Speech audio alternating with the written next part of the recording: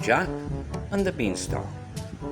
Good day everyone, it's Grizzly's Storytime. Today we have a fantastic fairy tale. It also has a nice lesson for us all, and it's called Jack and the Beanstalk. I'm certain you will all know this story.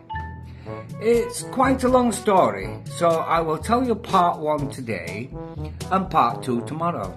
It's very worthwhile listening. So here we go with the story. Jack and the Beanstalk. Once upon a time, there was a poor widow who lived in a little cottage with her only son, Jack. Jack was a giddy, thoughtless boy, but very kind-hearted and affectionate. There had been a hard winter, and after it, the poor woman had suffered from fever and illness. Jack did not work yet, and by degrees they grew dreadfully poor. The widow saw that there was no means of keeping Jack and herself from starvation, but by selling her cow. So one morning she said to her son, "I'm too weak to go myself, Jack, so you must take the cow to the market for me and sell her." Jack liked going to the market to sell the cow very much, but as he was on the way, he met a butcher who had some beautiful beans in his hand. Jack stopped to look at them, and the butcher told the boy that they were of great value and persuaded him to sell the cow for them. And Jack was so silly as to consent to this foolish bargain. When he brought them home to his mother instead of the money she expected for a nice cow, she was very vexed and shed many tears, scolding Jack for his folly. He was very sorry, but he said he might as well make the best of his bargain, so he put the seed beans into the ground close to the side of a steep hill, under the shelter of which their cottage was built, and went to bed.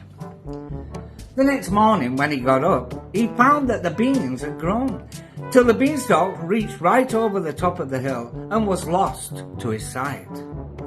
Greatly surprised, he called his mother, and they both gazed in silent wonder at the beanstalk, which was not only of great height, but was thick enough to bear Jack's weight. "I wonder where it goes," said Jack to his mother. "I think I will climb up and see." His mother wished him not to venture up this strange ladder, but Jack coaxed her to give her consent to the attempt, for he was certain there must be something wonderful at the top of the beanstalk. Jack instantly began to climb, and went up and up the ladder-like beanstalk, till everything he had left behind him, the cottage, the village, and even the tall church tower, looked quite little, and still he did not see the top of the beanstalk. Jack felt a little tired, and thought for a moment that he would go back down again. But he was a very persevering boy, and he knew that the way to succeed in anything is not to give up. So after resting for a moment, he went on, and at last reached the top of the beanstalk, and found himself in a beautiful country, finely wooded. Not far from the place where he got off the beanstalk stood a fine and strong castle. Jack wondered very much that he had never heard of or seen this castle before, but when he reflected on the subject, he saw that it was as much separated from the village by the perpendicular rock on which it stood, as if it were in another land. While Jack was standing looking at the castle, a very strange-looking woman came out of the wood and advanced towards him. Jack took off his hat to the old lady, and she said, pointing to the castle, "Boy, that castle belongs to you. A wicked giant killed your father and took it from your mother. Try and win it back from the monster who now has it." As she ceased speaking, she suddenly disappeared, and of course Jack knew she was a fairy. He was much surprised. However, he walked up to the castle door and knocked, and an old giantess came out.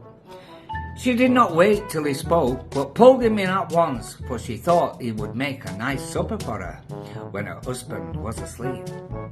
Just at that moment, however, she heard the giant's step approaching, so she put Jack into a press and told him to hide there or the giant would eat him. As soon as the ogre came in, he cried in a terrible voice, "Fee, fa, fi, fo, fum! I smell the breath of an Englishman."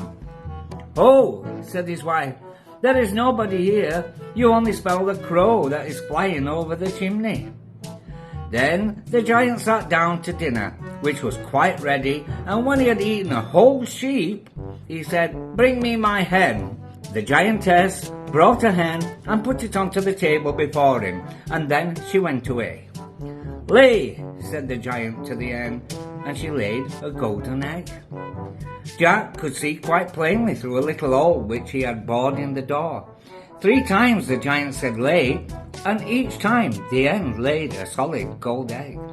Then the ogre, being drowsy, shut his eyes and soon snored very loudly. Directly Jack found that the giant was asleep, he stole out of the press, caught up the hen, ran out of the room, opened the door of the castle, which the giant had left ajar, and descended the beanstalk as fast as he could. Okay, that's all for today. It's a very interesting story, isn't it? The giant is going to be unhappy when he wakes up. I wonder what Jack will do with the hen.